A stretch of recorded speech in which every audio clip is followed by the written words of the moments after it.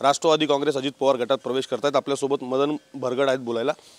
गेल्या अनेक वर्षापासून तुम्ही काँग्रेसमध्ये या ठिकाणी होता आणि आज अचानक राष्ट्रवादी काँग्रेस पक्षात प्रवेश घेताय, का अशी वेळ तुमच्यावर आली?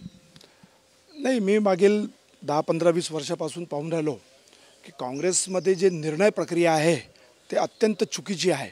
म्हणजे जेव्हा तुम्ही एखादी संघटनेचं पद कोणाला देता किंवा एखादी आमदार खासदारची तिकीट देता तो तुमचा मापदंड काय आहे? मी 30 वर्ष काँग्रेस पक्षात काम केलेलं आहे, पण मला आजपर्यंत समजला नाही की त्यांचा मापदंड काय आहे।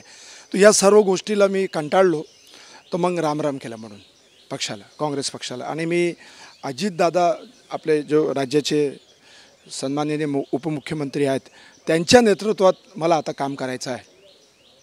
किती फायदा आगामी महापालिका निवडणुकीमध्ये तुमच्या प्रवेशाचा होईल तुम्हाला असं वाटतं?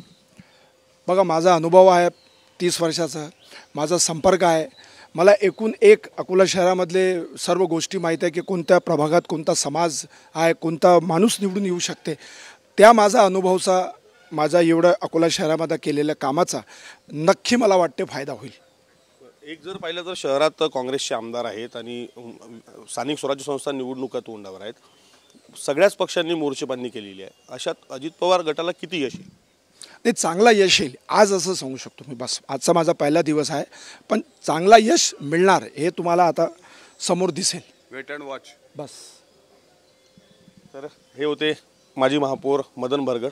कॅमेरामॅन साई कायरवारसह विवेक गावंडे, TV9 मराठी, अकोला।